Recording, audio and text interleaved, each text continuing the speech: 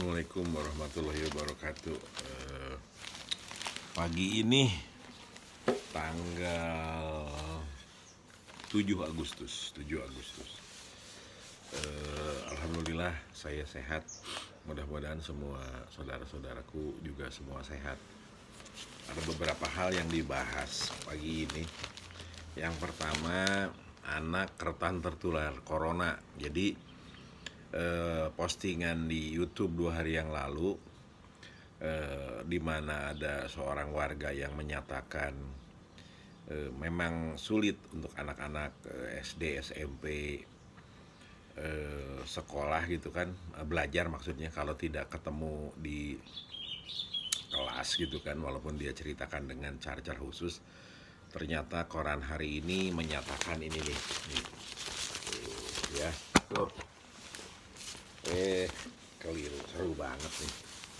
Anak rentan tertular corona. Tuh, gitu. Jadi semoga bisa menjawab gitu kan, walaupun itu penting, tapi anak tuh rentan tertular corona, jadi bahaya itu kan. Nah, kemudian yang kedua yang menarik juga saya kira nih perlu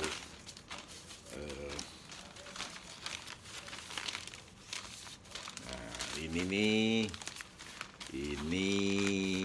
sabar sebentar ya. Nih ya. Ini nih kejahatan korporasi gitu kan. Nah ini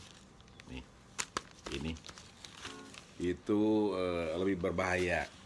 Ini menjawab, memberikan gambaran kalau ingat itu tentang postingan YouTube kemarin. Di sini ada nih dibahas lah, tapi nanti silakan dilihat YouTube-nya. Tapi intinya kalau dia lebih ke arah pencucian uang. Kalau yang saya sampaikan kemarin tuh lebih ke arah bahayanya kalau perusahaan biasa ngerampas gitu kan, ngerampok lah maksudnya gitu kan, karena canggih bisa nembus hukum dan lain-lain gitu kan. Jadi itu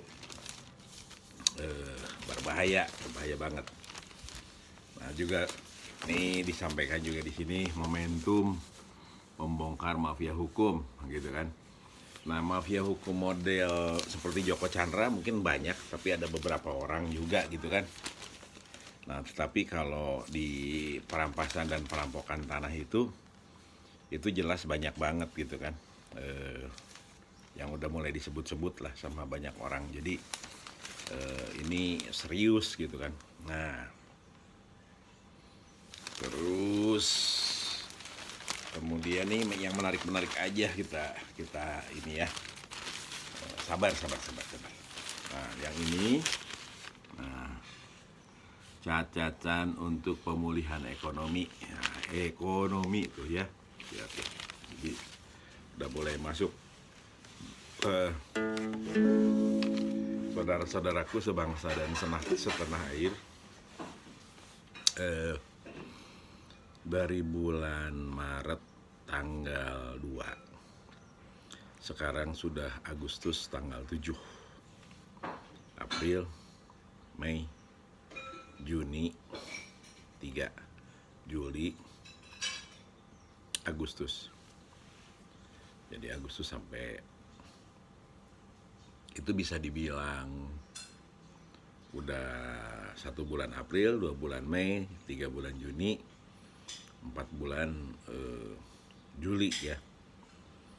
Jadi udah 4 bulan lebih lah ya, gitu aja gitu kita sederhananya. Jadi yang terjadi dalam 4 bulan lebih ini, corona masih meningkat gitu kan, makin banyak malahan. Walaupun saya selalu mengajak kita berpikirnya positif, karena hidup itu sebetulnya memang harus bergerak terus, memperbaiki diri dan maju. Jadi corona ini mari kita pandang sebagai bagian dari yang membuat hidup kita supaya bisa lebih baik lah gitu kan. Intinya gitu kan. Nah, ininya. Nah, tapi oleh karena itu kita harus memperbaiki diri gitu. Nah, yang mau disampaikan itu dalam 4 bulan ini Maret, April, Maret April, April Mei, Mei Juni, Juni Juli, Juli Agustus, 5 bulan malahan, maaf, udah 5 bulan ini. Semoga pemetaan mengenai coronanya itu harusnya gitu kan sudah lebih jelas, lebih tajam lah. Nah, tapi saya juga memaklumi karena awalnya itu kan hanya beberapa provinsi di Indonesia ini gitu kan, di Jakarta, provinsi Jakarta maksudnya, kemudian yang berdekatan dengan Jakarta, Jabodetabek, kemudian juga Bali gitu kan, kemudian juga Sulawesi Selatan ketika itu gitu kan, 3, Sumatera Utara ada gitu kan, hanya beberapa provinsi lah, termasuk Jawa Barat gitu 5, Jawa Tengah, Jawa Timur lah, kurang lebih 7 gitu provinsi. Nah, yang saya ingin sampaikan ternyata pada kenyataannya di hari-hari ini terus nyebar ke berbagai daerah. Jadi pemetaan secara nasional itu akan lebih akurat kalau ada pemetaan per provinsi. Tapi pemetaan per provinsi pun sebetulnya akan lebih akurat lagi dengan pemetaan per kabupaten. Kemudian juga pada kabupaten kota ya, kemudian juga kecamatan, kelurahan, nah ujungnya di RW, di RT gitu kan. Nah, peta-peta itu sebetulnya makin ke bawah itu makin ketahuan di mana klaster-klaster yang paling parah dan harus di damage control, kerusakannya dikendalikan benar, kemudian juga dijungkir balikan supaya menjadi, kalau hitam jadi merah, merah jadi orange gitu kan, kemudian jadi hijau gitu kan. Jadi itu kalau dari situ. Nah, kemudian di sisi lain juga makin kelihatan lagi gitu kan bahwa ternyata di tempat itu, pasar gitu kan, kemudian kantor pemerintahan, dan saya pikir juga mungkin kantor swasta juga gitu kan. Terus yang cenderung orang-orangnya tetap tuh, apalagi ditaruh di hotel tuh cenderung selamat, tapi pabrik dan industri juga ada yang kena juga gitu kan. Nah, terus kemudian juga tempat-tempat kerumunan orang lah gitu kan. Jadi maksud saya perlu juga dipetakan tempat-tempat mana yang model-model begitu, termasuk terakhir yang saya dengar itu di beberapa tempat justru yang nganter orang ke rumah sakit atau nungguin di rumah sakit ini juga mulai kena, sehingga saya kira kita perlu memahami juga bahwa memang dokter dan para medis itu berada di tempat yang paling berbahaya gitu kan, di sekitar situ, karena itu tempat yang rawan.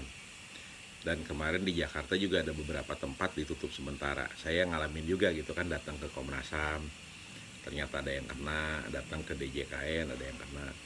Dan setelah seminggu atau 2 minggu normal lagi gitu kan. Mudah-mudahan semuanya terjaga. Tapi yang saya ingin sampaikan di cerita COVID Corona ini itu dalam konteks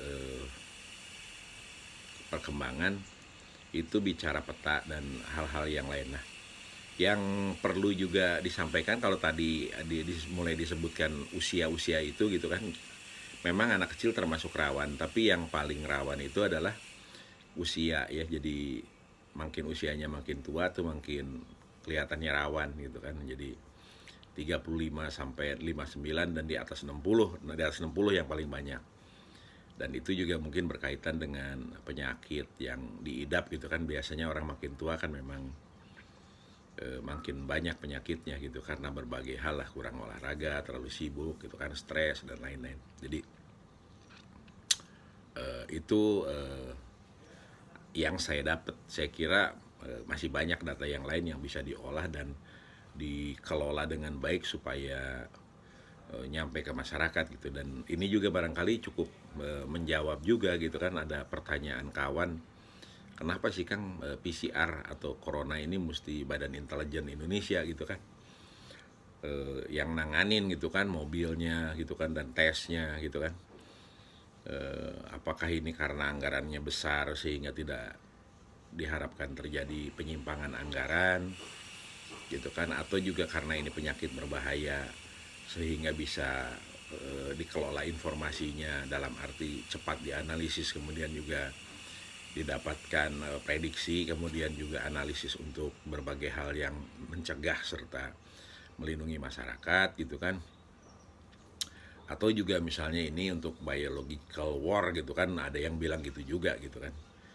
Saya sih jujur aja tidak banyak informasi mengenai itu, tapi dengan tadi itu cerita berbagai macam hal itu, semoga itu menjadi bahan kecil lah ya, informasi untuk dikelola kemudian dikembangkan lah, itu kira-kira ininya. Nah, kemudian juga di sisi lain gitu kan, kalau kita lihat ada usaha juga yang kuat sebetulnya dengan sekarang dibentuk tim baru yang dipimpin oleh Menteri Perekonomian gitu kan, Erlangga Hartarto, dan dibantu oleh Menteri BUMN Erick Thohir gitu kan, dan Budi Sadikin kalau nggak salah gitu kan. Jadi ya kita sih doakan, semangati supaya berhasil gitu kan, dan semoga juga dengar masukan, kemudian juga kritikan dari berbagai masyarakat supaya lebih sempurna lah, karena kan di BUMN juga lagi rame terus tuh antara timnya Erick Thohir dengan Adian Apitupulu gitu kan, yang saya kira ambil positifnya saja lah supaya dialektika itu bisa ke arah yang lebih memperbaiki gitu kan. Jadi kan makin banyak pertentangan yang positif, itu anggap saja itu adalah bagian daripada kerakyatan yang dipimpin oleh hikmat kebijaksanaan dalam permusyawaratan perwakilan. Jadi satu, Erick Thohir mewakili kaum pengusaha gitu kan, Adian Apitupulu mewakili kaum aktivis lah gitu kan, yang kebetulan sekarang berada di pemerintahan gitu kan. Jadi marilah kita berpikirnya positif aja, tapi intinya ini diharapkan sebagai bagian daripada proses perbaikan. Itu yang berkembang sederhana gitu kan. Nah, kalau kita lihat lebih jauh lagi gitu kan, ini yang saya kira perlu kita lebih sungguh-sungguh untuk berhati-hati. Saya berulang-ulang menyampaikan bahwa kepercayaan tuh nggak bisa dibeli, tapi dibangun gitu kan. Jadi bareng-bareng gitu kan, kerjasama, kemudian melakukan apa, terbukti berhasil gitu kan, percaya meningkat terus begitu. Begitu juga kerjasama tuh nggak bisa dibeli juga gitu, harus dilakukan. Dan yang ketiga itu saya berulang-ulang juga bilang komunikasi. Kepercayaan, komunikasi, dan kerjasama ini saya memandangnya ini adalah hal yang sangat urgent di sebuah komunitas lah, manajemen, ataupun juga masyarakat termasuk bangsa dan bernegara ini gitu kan. Karena kendalinya 3 hal tadi gitu kan. Kalau percaya bahwa itu semuanya mengarah kepada kebaikan dan menyelamatkan negeri ini, maka akan terjadi kerjasama yang dibangun. Nah, untuk jembatan ini harus ada komunikasi. Komunikasi ini yang paling penting gitu kan, yang menurut saya perlu sangat diperhatikan. Itu bukan soal ganti juru bicara COVID gitu kan, kemudian juga bukan soal tidak diumumkannya lagi posisi positif, negatif, positif, sembuh, kemudian juga meninggal gitu kan, bukan itu gitu kan. Tapi komunikasi ini adalah seperti yang contoh sederhana disampaikan supir taksi di YouTube saya itu, yang menyatakan new normal itu banyak dipersepsikan oleh masyarakat sudah normal gitu kan, jadi nggak usah pakai masker lagi, protokol kesehatan dan lain-lain, seakan-akan hidup biasa lagi gitu kan. Orang bilang bahwa yang paling banyak meningkat COVID-nya tuh kan di Jakarta sama Jawa Timur lah akhir-akhir ini gitu kan.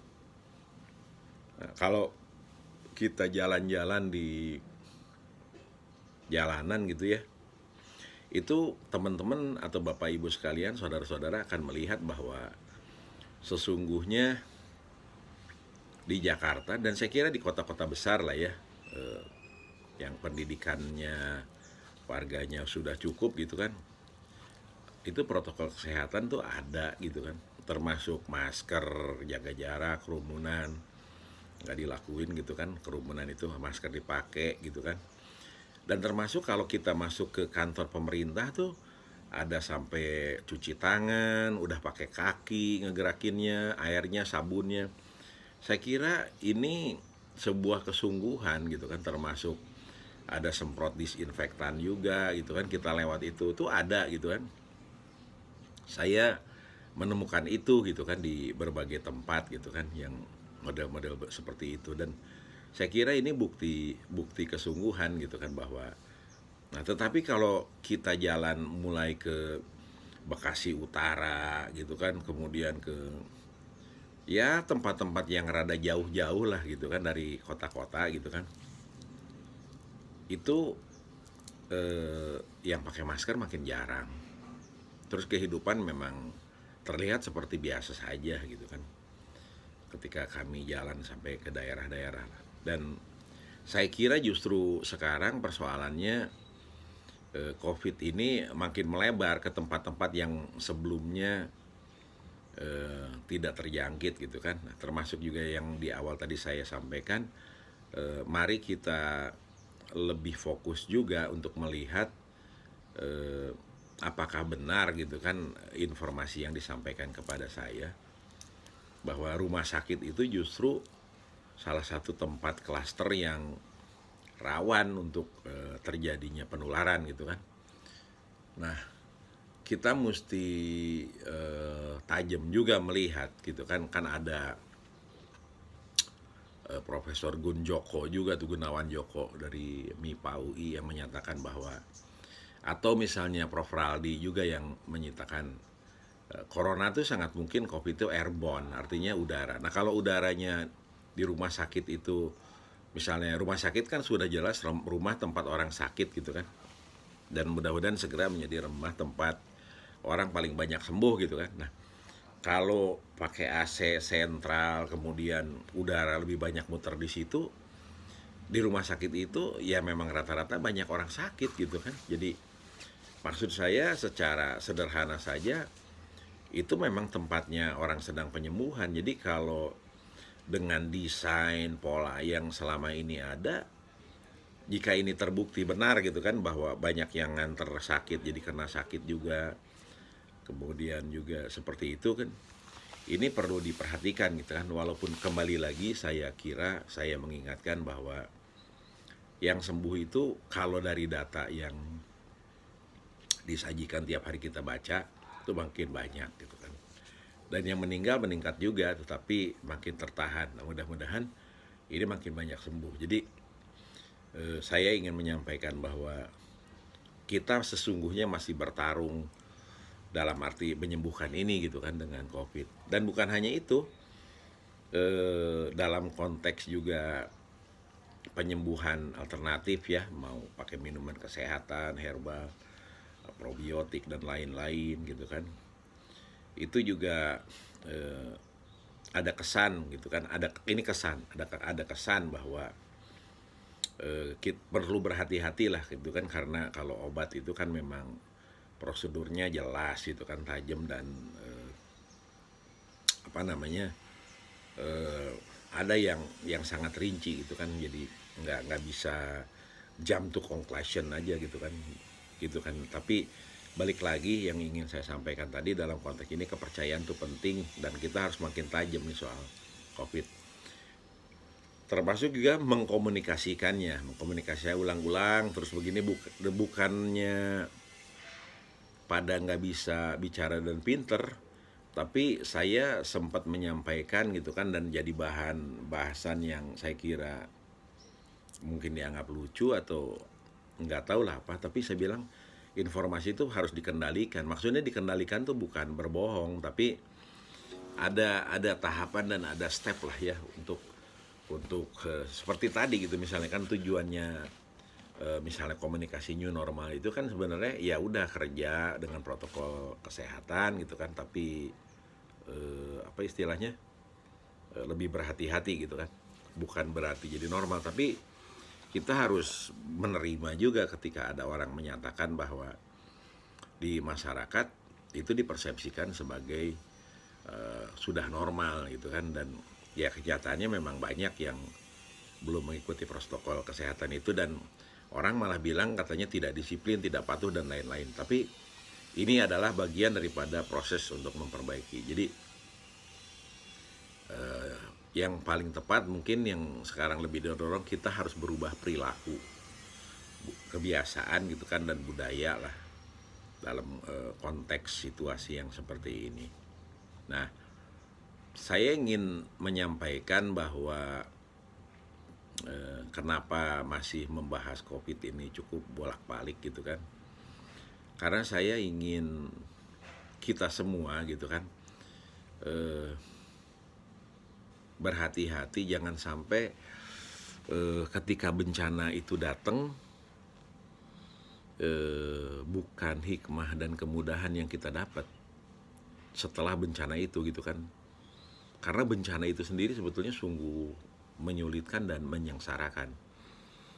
Tapi saya berharap tidak terjadi gitu kan, ketika bencana itu datang malah mendatangkan bencana yang lain. Nah, yang paling nyata misalnya kan COVID ini datang sendirian. Tapi akibat COVID ini terjadi misalnya ekonomi jadi terkunci gitu kan, dan sekarang kita semua negara, orang bilang resesi lah gitu kan, artinya ekonominya menciut gitu kan. Saya mulai bilang krisis, walaupun orang bisa berbeda pendapat, tapi maksud saya menyampaikan krisis itu bukan menakut-nakuti ekonomi yang melambat ini langsung akan bikin kekacauan, tidak. Tapi krisis ini kita yang menghadapi situasi ini harus dengan manajemen krisis, karena terlalu banyak variabel yang sebelumnya tidak diketahui, kemudian juga nggak bisa dikendalikan gitu kan. Yang paling sederhana, ketika saya mulai bicara atau lihat ke berbagai komunitas dan tempat saja, terbukti gitu kan, di antara mereka sendiri saling tidak tahu kondisi yang lainnya. Karena kalaupun sekarang ada media online, ada banyak lah alat komunikasi, tapi perubahan ini cukup merubah banyak hal gitu kan, yang sehingga itu juga berat gitu kan untuk dipahami, diketahui, karena akibat tekanan ekonomi ini semua fokus ke kehidupannya masing-masing gitu kan, sehingga situasinya kalau menurut supir taksi tadi berat lah. Kalau bapak dan keluarga masih bisa makan seperti biasanya, dibilang bersyukurlah. 50% rakyat itu masyarakat sengsara kata dia, sekarat maksudnya, makanya baca Yasin aja, kalau mati-mati, kalau hidup-hidup gitu kan. Itu pandangan, jadi jadikanlah itu sebagai motivasi. Jadi jangan juga itu melemahkan kita, jangan, tapi itu adalah pandangan yang supaya kita lebih bersemangat. Nah, tapi dalam konteks ini bencana itu jangan menghasilkan bencana lagi yang tidak. Jadi ketika COVID terjadi bencana ekonomi gitu kan, dalam artian ini ekonomi jadi problem, saya kira itu tidak direkayasa, dan itu adalah bukan kesalahan, tapi memang dampak langsungnya itu kepada ekonomi. Nah, yang kemudian adalah yang bencana ini harus dijaga, jangan sampai gara-gara ekonomi menciut ini gitu kan, kemarin sudah diturunkan bantuan dan yang lain-lain, banyaklah uang, sehingga ada informasi sudah sampai 1.000 triliun habis, dan oleh karena itu juga mulai pada kritis gitu kan, kemana aja uangnya, transparan kok besar banget gitu kan, dan lain-lain. Kemudian juga tadi kembali ke cerita BIN itu kan, kalau yang positif karena ada kesan bahaya dan lain-lain langsung diambil gitu kan. Tapi itu juga dipersepsikan kalau langsung diambil orang yang masih nggak apa-apa kenapa nggak boleh isolasi di rumah, itu persepsi gitu kan. Ini perlu dijelaskan, jangan-jangan juga nggak begitu. Ada juga yang bilang wah itu kan 200 juta satu orang gitu kan, kalau bisnis rumah sakit lagi menguntungkan banget sama obat. Saya kira ini ditanggapinya positif aja gitu kan, dalam arti nanti dijawab, dijelaskan, kemudian masyarakat ini supaya lebih paham lah, namanya orang bertanya gitu kan. Dan saya memberanikan diri bicara seperti ini biar ini menjadi tadi itu kerakyatan yang dipimpin oleh hikmah kebijaksanaan dalam permusyawaratan perwakilan gitu. Kita diskusi, kita karena saya yakin juga semua pihak pada kondisi ini mencari jalan keluar, dan ini adalah bangsa kita bersama gitu kan, dan kitalah yang nyari solusi gitu kan. Kalau bangsa lain sih nggak mungkin lah mereka juga ngalamin seperti ini gitu kan. Nah jadi kembali tadi, ini ada putaran-putaran informasi yang seperti itu. Jadi bencananya jenak. Ketika nanti dalam kondisi ini ditemukan misalnya ada korupsi, ada markup, ada penyalahgunaan anggaran, ini adalah bencana di balik bencana tadi gitu. Sudah kena bencana begini, masih juga gitu kan ngambil untung dari sini berlebihan. Seperti diungkapkan ternyata rapid test itu bisa harganya turun, swab itu turun, dan lain-lain lah. Ini wacana nih ya. Tapi saya kira ini semua juga dalam kerangka proses tadi kan, ketika Maret bagaimana, April bagaimana, kemudian Mei bagaimana, Juni bagaimana, dan seterusnya ke depan. Nah, jadi jangan sampai ada bencana di balik bencana lagi gitu kan, tuh misalnya korupsi. Di satu sisi lagi karena perbedaan ini dan dinamikanya tinggi sekali, kemudian juga muncul misalnya saling tidak percaya, ketidakpercayaan kepada pemerintah. Bahkan di antara keluarga, di antara kawan saling tidak percaya. Ini adalah bencana lagi yang muncul gitu kan. Nah, jadi itu yang kemungkinan-kemungkinan, dan kalau kita pandang itu adalah bagian dari dinamika dari proses ini. Nah, oleh karena itu kembali lagi kita perlu sangat berhati-hati dan membaca ini bagian daripada dinamika kelompok bersama ini. Jadi saya kira wajar lah ya, maksudnya begini, Anda, saya gitu kan, orang-orang biasa gitu kan, atau Anda orang-orang penting gitu kan, bingung, atau Anda pengusaha besar juga bingung nih perusahaan mau dikemanain, bagaimana mau mainnya gitu kan. Saya kira wajar karena ini obat nggak jelas, vaksin nggak jelas, kapan berakhir nggak jelas gitu. Variabel 3 aja ini berat banget gitu kan. Apalagi kalau ternyata ada markup permainan gitu kan, disuruh genjot usaha, tapi begitu buka izin, ngurus izin, di kantor pemerintahannya nggak ada orang gitu kan, karena work from home. Ditungguin nggak datang-datang gitu kan, berhari-hari juga nggak ini gitu misalnya kan, dan itu nyelitkin gitu kan. Itu cerita teman-teman pengusaha. Kalau saya sih di perampasan tanah ada juga gitu kan, memang ya kita sih maklum aja gitu kan, memang lagi bencana. Tapi intinya bencana di balik bencana itu harus dicegah gitu kan. Nah, dan itu banyak sekali, maksud saya terus dicari, sehingga saya bersyukur juga ketika melihat banyak kaum intelektual sekarang selain bicara begini ada yang lebih populer, menarik. Kalau saya kan hanya monolog aja begini, menyampaikan apa yang saya dapat, yang saya dengar, yang saya lihat, diskusi gitu kan, ini tanpa lawan yang lain gitu kan. Jadi lawannya nanti ketika Anda melihat ini, Anda bilang oh nggak benar gini, atau ada juga begini, ya ditulis aja di YouTube-nya gitu kan, nanti itu bagian daripada proses. Dan itu mohon maaf karena keterbatasan saya gitu kan. Jadi tapi intinya mari kita cari sesuatu yang lebih baik lagi gitu dari situasi ini. Nah, selanjutnya atas dasar niat baik itulah gitu kan, saya kan harus percaya bahwa Yang Maha Kuasa itu membuat semua ini, atau dari dulu merancang semua ini tuh sudah dengan kesempurnaan dan luar biasa. Jadi saya tetap percaya dan yakin bahwa semua ini kalau kita handling dengan cara tepat yang baik, justru ini adalah tantangan yang nyata gitu kan, ujian yang nyata buat bangsa Indonesia, buat kita semua untuk menjadi orang dan bangsa yang terbaik di atas muka bumi ini gitu kan.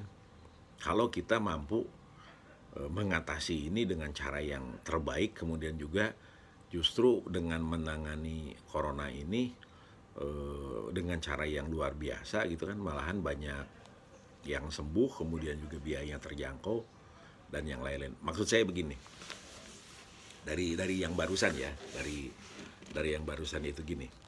Kan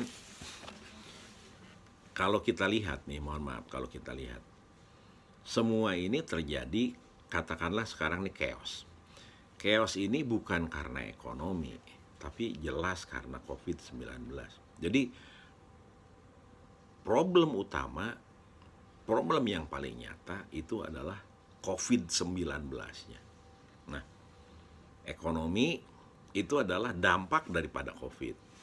Nah, akibat ekonomi ini menciut, segala macam itu terjadi kesulitan, sehingga orang ketakutan, maka yang korupsi, yang apa segala macam, yang terbatas, itu untuk perutnya. Tetapi kalau yang dia bermain luar biasa gitu kan, ini karena keserakahan segala macam, ini adalah makin membahayakan tadi gitu kan. Sudah ada bencana COVID, muncul bencana pemulihan, muncul juga bencana kelakuan orang yang memperparah dan lain-lain. Nah, akibat ini kalau terus tadi saya mulai bicara, itu akan bicara lagi kepercayaan akan hilang. Kepercayaan hilang itu karena tidak dikelola komunikasinya, komunikasi akan putus saling. Kemudian ketika itu putus, kerjasamanya putus. Nah, ketika itu semua terjadi, bencananya terus makin ke sana, yang akan terjadi itu dihitung saja gitu kan. Balik lagi ke cerita Bin tadi, Binnya ngitung apa tuh dengan cerita tadi itu gitu kan. Karena ketika orang menjadi ketakutan, gak kerukuran dan lain-lain, itu bahayanya menjadi makin besar gitu kan. Nah, saya mengajak ini supaya tidak terjadi. Nah, apa konteksnya dalam diskusi pagi ini? Nah, konteksnya adalah begini. Coba ingat-ingat kalau sekarang misalnya katakanlah sudah habis 1.000 triliun. Ketika ekonomi ini akan diberdayakan, digenjot habis-habisan, ulang ya, digenjot habis-habisan, itu saya percaya sektor dan yang lain-lain. Nah, yang saya mengajak diskusi adalah, bukankah ekonomi ini melorot itu karena COVID? Jadi maksud saya, kalau mau digenjot sekarang, itu istilahnya bukan digenjot. Kalau mau dipulihkan sekarang, menurut saya bukan dipulihkan sebetulnya sekarang.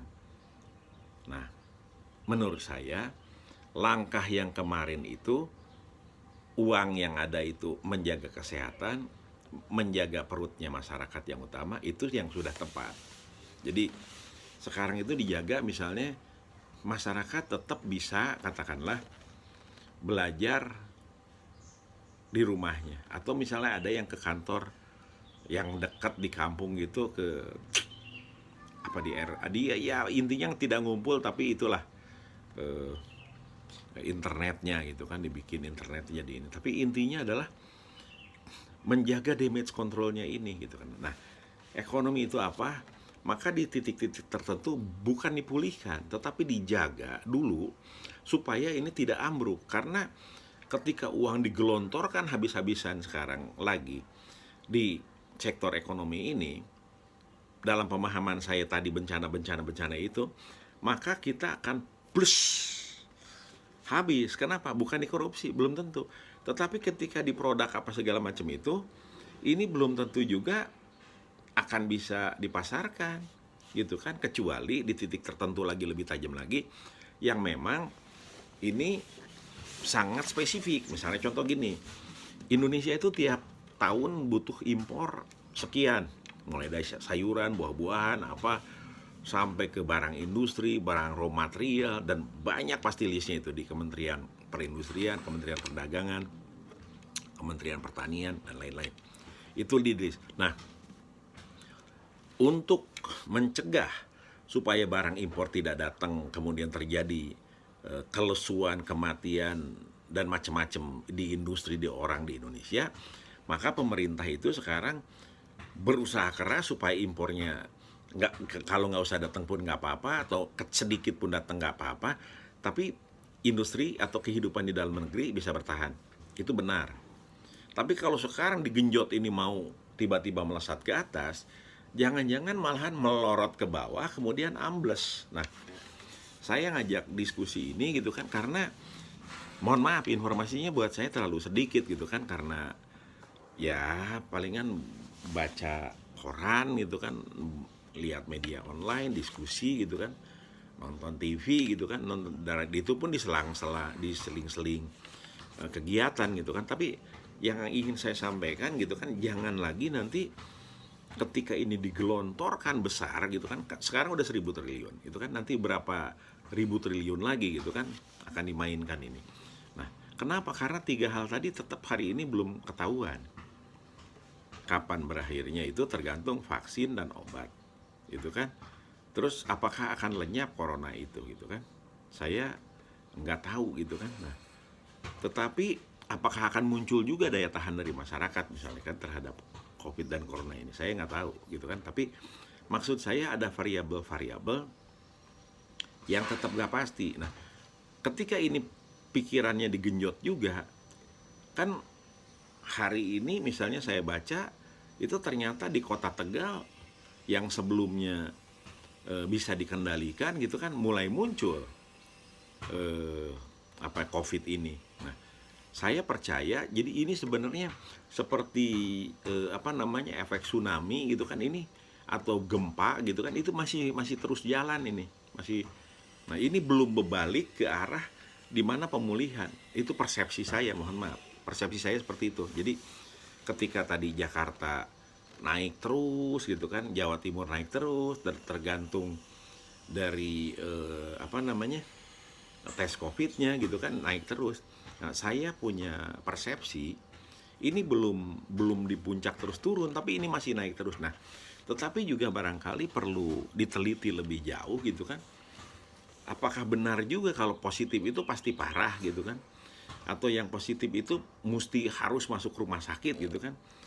Atau yang positif itu dipersepsikan seperti yang dibaca di berbagai grup WA gitu kan di awal-awal gitu kan.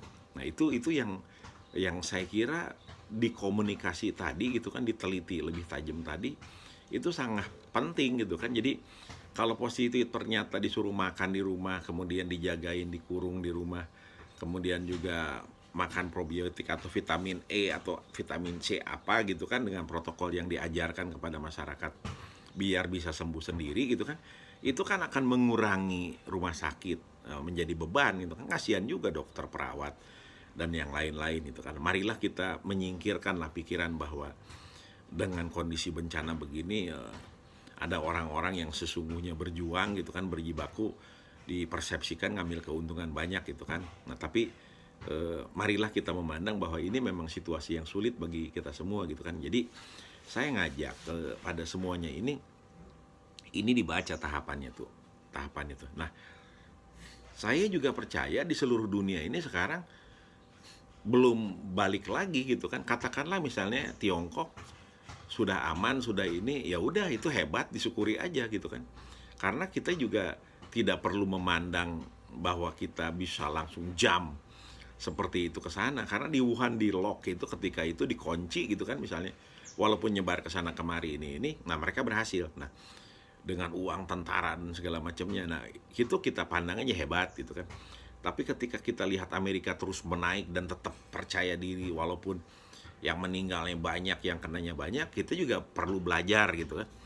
Begitu juga kepada negara-negara lain, Brazil, apa yang banyak-banyak tuh perlu belajar, termasuk India gitu kan. Nah, juga perlu belajar juga melihat Vietnam itu kan, yang dengan pola itu mereka bertahan. Nah, maksud saya resources yang terbatas yang ada di setiap bangsa itu akan sungguh tepat ketika digunakannya itu adalah pada titik-titik yang tepat, pada komunitas-komunitas yang tepat, pada organisasi-organisasi yang tepat, pada bisnis-bisnis yang tepat, pada masyarakat-masyarakat yang tepat, pada orang-orang yang tepat, dengan untuk apa tujuannya dan bagaimana tahapannya, bagaimana prosesnya. Nah, Saya kira ini adalah proses pengorganisasian bangsa yang besar ini yang mesti keluar dari cara-cara yang sebelumnya, sehingga mungkin mohon maaf ya, saudara-saudara sekalian gitu kan, juga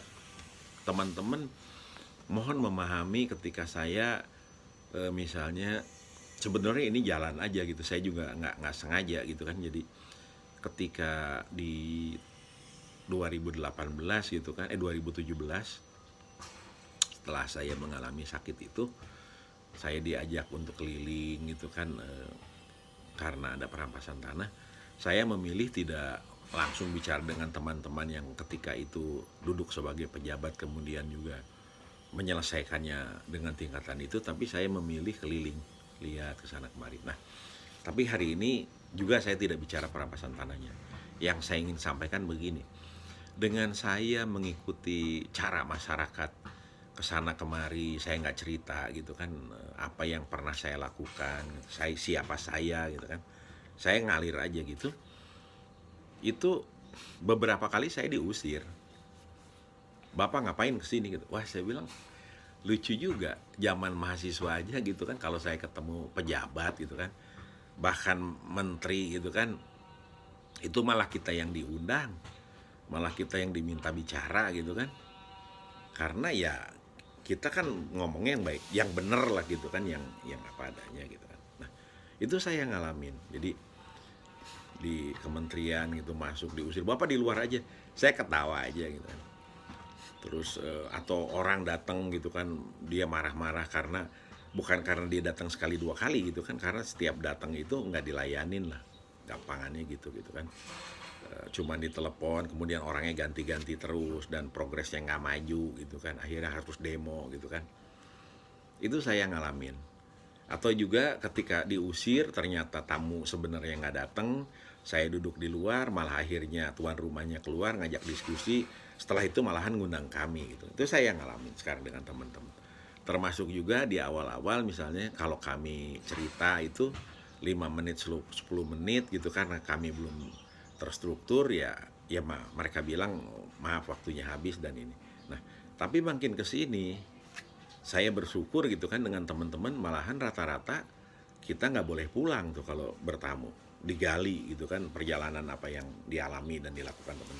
Tapi saya pengen nyampein begini, negeri ini Bapak Ibu sekalian, saudara-saudaraku, apalagi yang sedang megang amanah gitu kan, yang jadi orang besar sekarang, itu merdeka itu bukan penaklukan, dan Anda semua yang menjabat sekarang itu nggak punya legitimasi berbuat sesuka hati, kemudian merasa sebagai pejabat, merasa dengan itu punya legitimasi untuk kasar kepada masyarakat gitu kan. Kemudian juga Anda kan nggak tahu juga gitu, orang datang ke situ tuh dengan pengorbanan waktu segala macam, dan kalaupun ada yang nakal yang nggak bener gitu kan, ya itu harus dibuktikan juga gitu. Jangan ketika orang datang terus Anda kasar gitu kan, rakyat tuh diusir.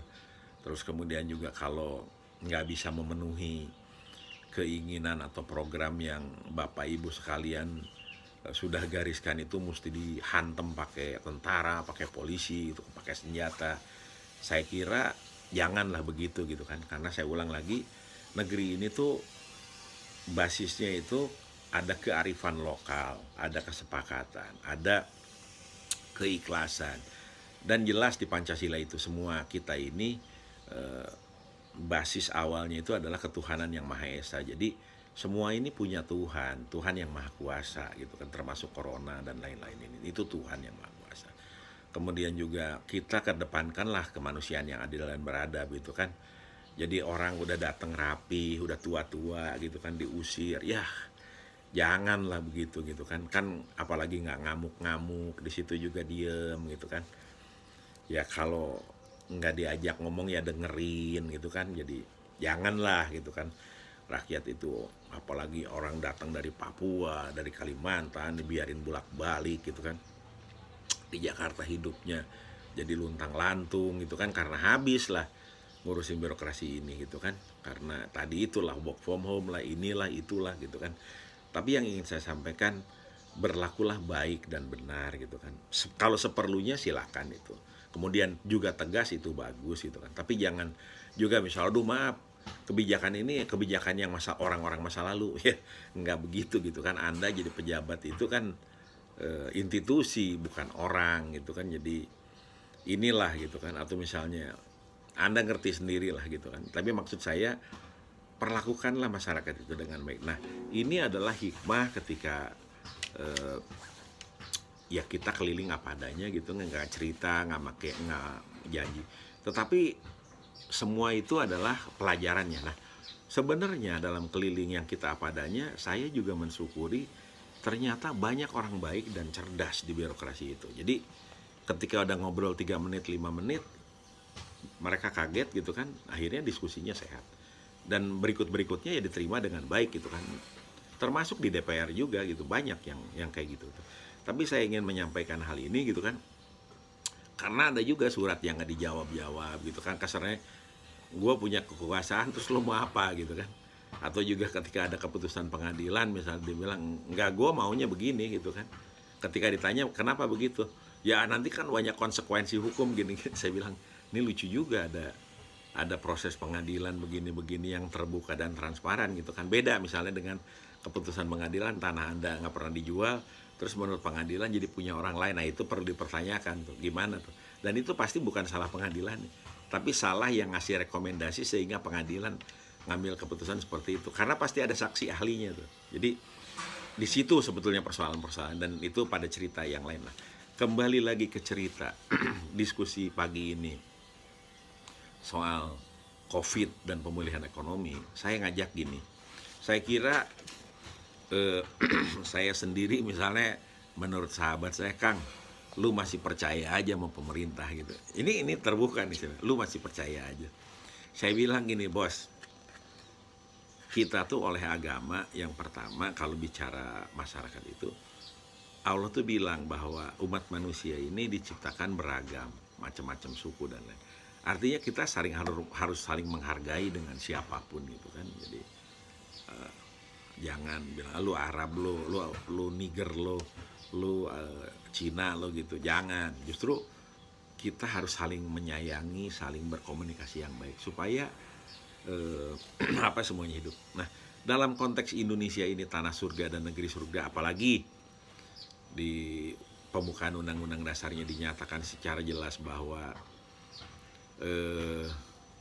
kita itu harus mampu ikut menjaga perdamaian dunia.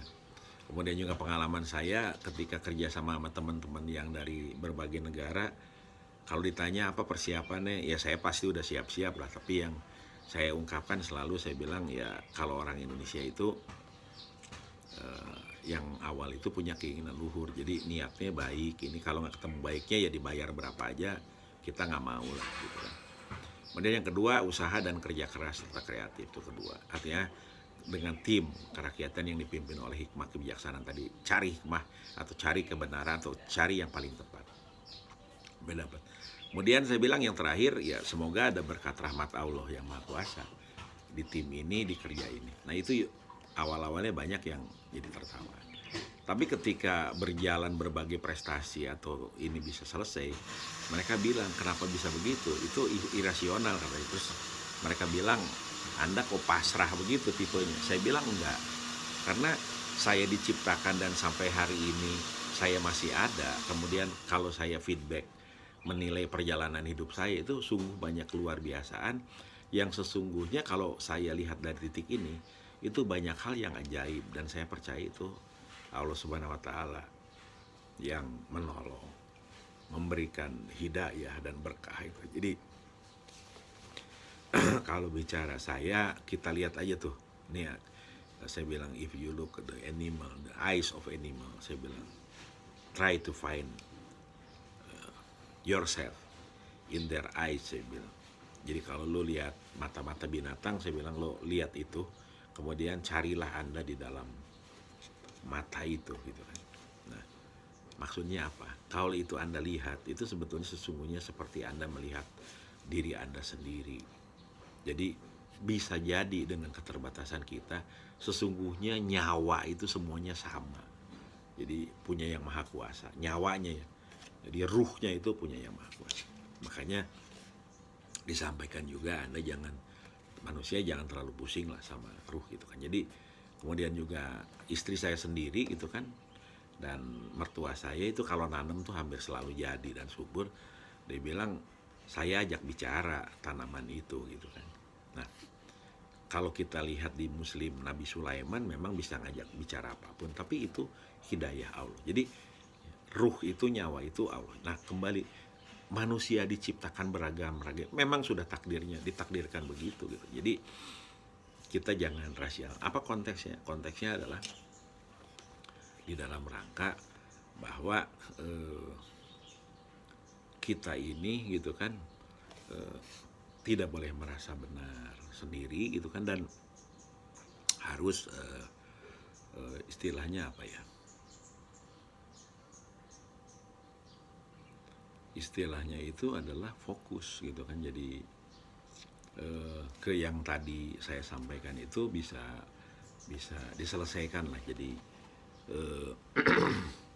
itu ketuhanan itu tadi gitu kan. Nah, jadi kembali ke cerita corona ini gitu kan, saya mengajak bencana itu jangan terus makin banyak gitu kan. Terus kita ini bersama untuk menyelesaikan ini semua gitu kan tadi. Jadi kita jangan pernah benci sama siapapun lah gitu. Jadi saya ingin menyatakan dengan cerita itu tadi, jadi ekonomi ini jangan pernah boleh salah ketika ngeluarin itu semua gitu kan, akhirnya kejeblos lagi, terus kita malahan menjadi lebih sulit gitu. Jadi kembali ke cerita tadi yang diusir-usir itu gitu kan, ketika berhasil itu akhirnya seperti itu. Nah, jadi kembali ke teman-teman yang di birokrasi, yang di mana-mana, gerakanlah ini gitu kan dengan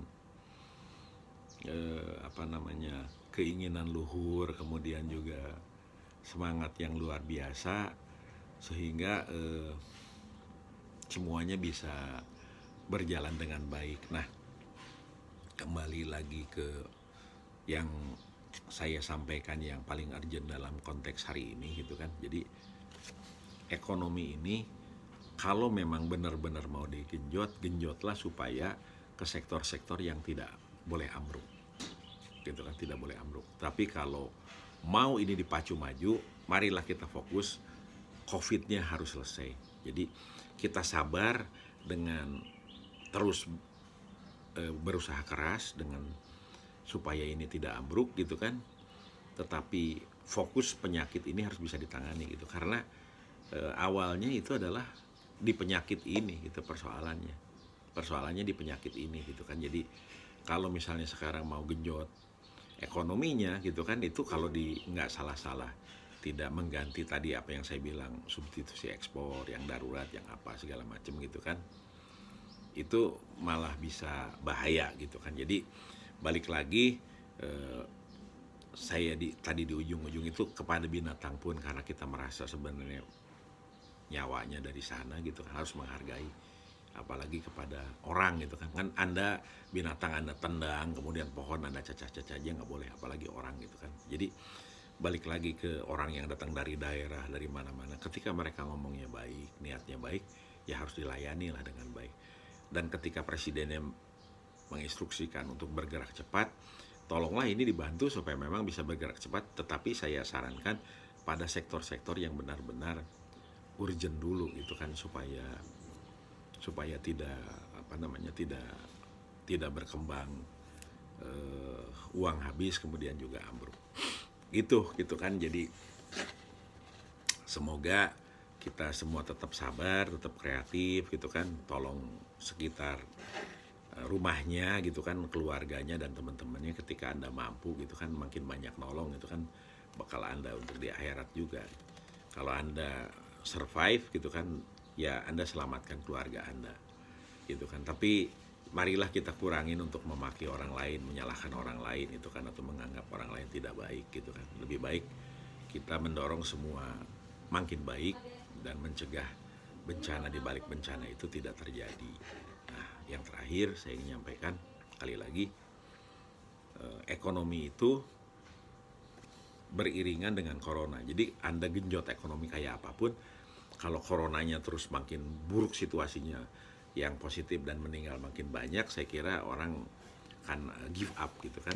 Bahaya itu. Jadi balik lagi fokusnya di situ. Tapi kalau di Indonesia ternyata bisa nyembuhin, kemudian juga banyak orang yang datang ke sini karena itu semua lokal, itu sebetulnya udah bisa nyelamatin negeri ini gitu kan. Jadi mari kita fokus di situ gitu, jangan bolak-balik kemudian juga pakai ilmu dewa mabuk gitu kan, semua dilakukan padahal resources kita terbatas. Jadi tetap harus fokus dan harus tepat, sehingga yang paling penting adalah tidak makin banyak orang yang meninggal, yang sakit gitu kan.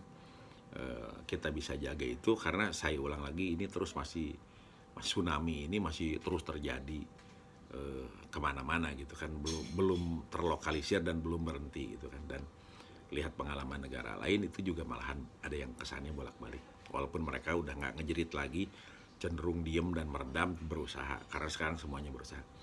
Saya kira begitu gitu kan.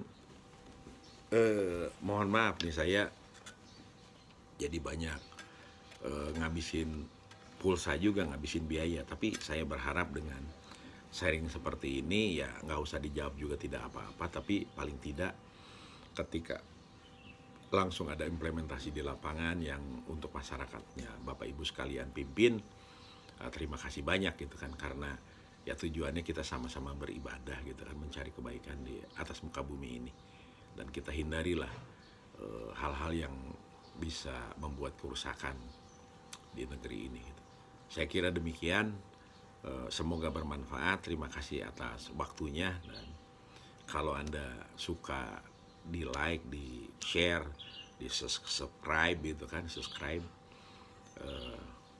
supaya makin banyak yang bisa terjadi diskusi, dan yang paling penting adalah memperbaiki kondisinya secara nyata. Demikian, terima kasih.